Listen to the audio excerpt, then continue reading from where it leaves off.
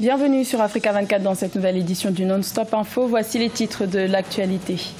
Peine de prison confirmée en appel pour l'ancien maire de Dakar, Khalifa Sall. La justice sénégalaise a maintenu les 5 ans de prison ferme et les 5 millions de francs CFA d'amende pour escroquerie sur deniers publics. Verdict prononcé à son encontre en première instance.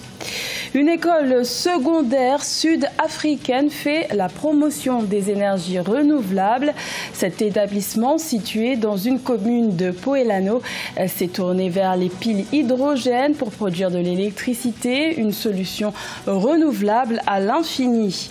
Et les activités des agents de banque kenyans ont produit un volume d'affaires record de 10,7 milliards de dollars en 2017, ce qui représente une hausse de 355% par rapport à 2013, année où les premières données concernant l'activité des banques du Kenya ont été publiées. Mais tout d'abord, le régime général de sanctions qui visait le Mali depuis 1 an a été prolongé d'1 an supplémentaire par le Conseil de sécurité de l'ONU. Cette décision a été prise à l'unanimité par les 15 membres du Conseil de sécurité de l'ONU. Elle fait suite à un rapport d'experts rendu public ce jeudi 30 août pointant du doigt les agissements de certains responsables engagés dans le processus politique qui nuirait à la mise en œuvre de l'accord de paix signé à Alger en 2015. Ces sanctions visent surtout à écarter du jeu politique certains individus accusés de se livrer à des activités terroristes ou criminelles. La justice sénégalaise et plus précisément la Cour d'appel de Dakar a confirmé ce jeudi 30 août la condamnation de Khalifa Sall. L'ancien maire de Dakar écope de 5 ans de prison ferme et de 5 millions de francs CFA d'amende pour escroquerie sur deniers publics. Il lui reste désormais un dernier recours juridique pour tenter d'éviter sa peine, celui du pourvoi en cassation. Reportage de notre correspondant El Adjenjaï. La Cour d'appel de Dakar a confirmé ce jeudi 30 août le jugement rendu en première instance la condamnation du maire de Dakar, Khalifa Sall, à 5 ans de prison ferme. Il est poursuivi pour escroquerie portant sur des fonds publics et faux en écriture pour le détournement d'environ 1,8 milliard de francs CFA prélevés entre 2011 et 2015 sur les caisses de la ville de Dakar. En réalité, ce n'est pas une surprise. Ce qui est quand même dommage, c'est que le Sénégal fut un état de droit. Les Sénégalais croyaient en leur justice. Mais nous avons vu que depuis que le pouvoir actuel est en place, l'état de droit a disparu. Cette décision de la Cour d'appel écarte le maire socialiste de la course à l'élection présidentielle sénégalaise prévue en février 2019. Cependant, il lui reste la possibilité d'introduire un recours devant la Cour suprême. Pour le moment, on va continuer donc la lutte dans le cadre donc du parrainage et on va faire aussi le maillage au niveau donc des 45 départements du Sénégal parce que Khalifa sera le candidat donc d'une grande majorité au niveau donc du Sénégal. C'est pourquoi nous allons continuer le combat. Il sera candidat, Inch'Allah, et il sera président de la République.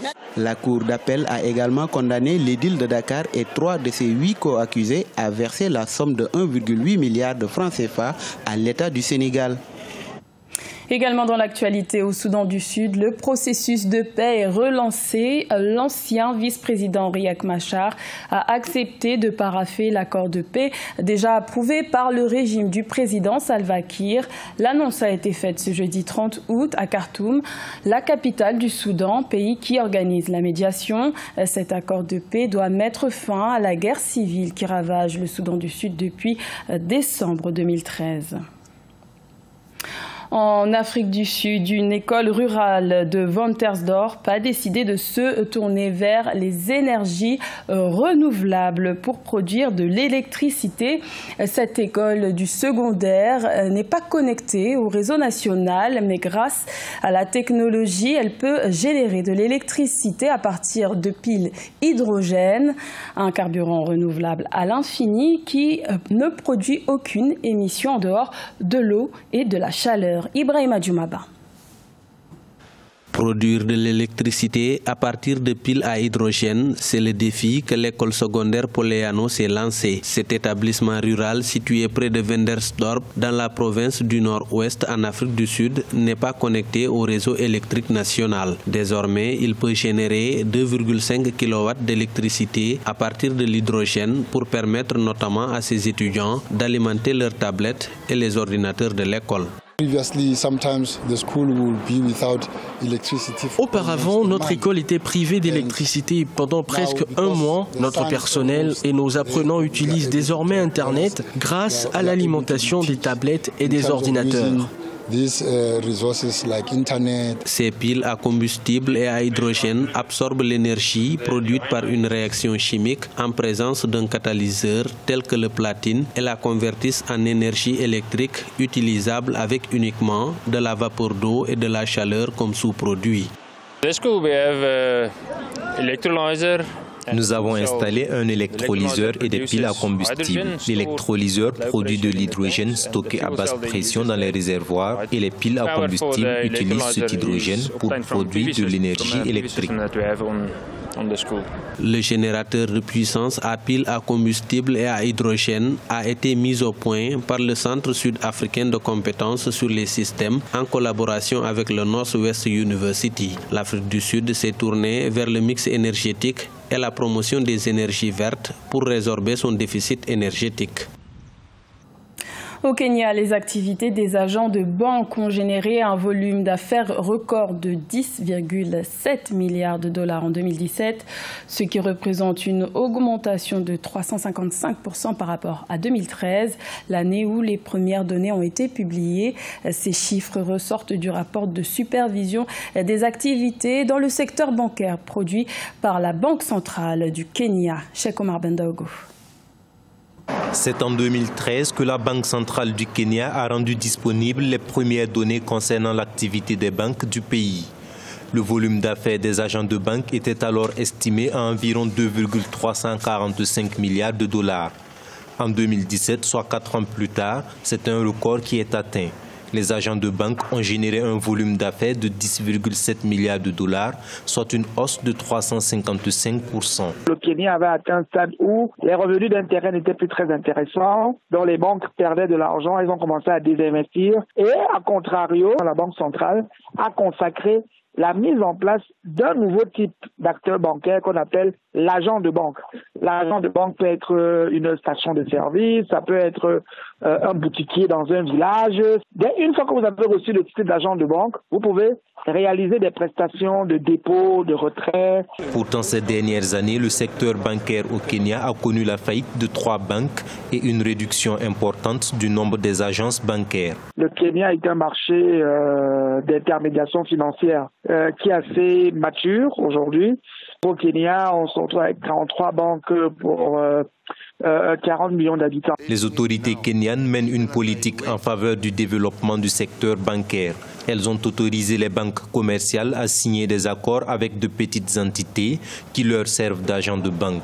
Celles-ci ont enregistré des dépôts de l'ordre de 7,863 milliards de dollars en 2017.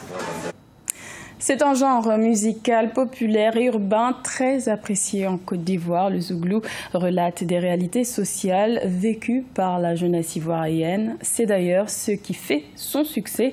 Un artiste s'illustre parfaitement dans ce genre musical. Il s'agit de Yagoubon Lova, un artiste à découvrir avec Ange Bijou Nomenyo. Créé dans les années 90 par des étudiants qui réclamaient de meilleures conditions de vie, le zouglou fait partie aujourd'hui de l'identité culturelle de la Côte d'Ivoire. Zouglou est un mot inventé par ces derniers pour décrire une manière particulièrement excentrique de danser et se distingue par son utilisation de l'argot parlé dans les rues du pays. Cette musique a révélé de nombreux talents, à l'instar de l'artiste Yagoubon Lova. On s'ennuie tellement qu'on attend un buzz pour se distraire. Le zouglou, c'est d'abord pour commencer l'identité culturelle de notre pays, la Côte d'Ivoire. Et c'est une musique à travers laquelle on peut dire tout ce qu'on ressent, parce que Le zouglou au début, ça a commencé dans les universités, c'était une musique de revendication. Donc nous aussi, en tant que jeunes Ivoiriens, on avait besoin de dire des choses, de raconter plein de choses dans nos différentes chansons. Donc moi j'ai opté pour le zouglou, ça me permet de relater les faits de société, de dire ce qu'on ressent, de dire haut ce que les gens disent bas, et puis c'est ça notre combat. Comparativement à d'autres genres musicaux, le zouglou est considéré comme un style moderne qui n'a rien perdu de sa popularité. Il illustre surtout la capacité d'innovation de ces artistes qui, pour la plupart, séduisent les mélomanes dans les espaces publics. Habituellement, c'est un zouglou qu'on écoute, c'est pas un zouglou vraiment dansant. Donc nous, on a essayé de ramener un peu de danse, de donner un peu de sonorité dansante à cette musique-là. La popularité de la musique zouglou provient en partie de sa position de genre musical national supra-ethnique. Ce journal a été réalisé par l'ensemble de la rédaction. Merci de votre fidélité. L'information continue sur Africa 24.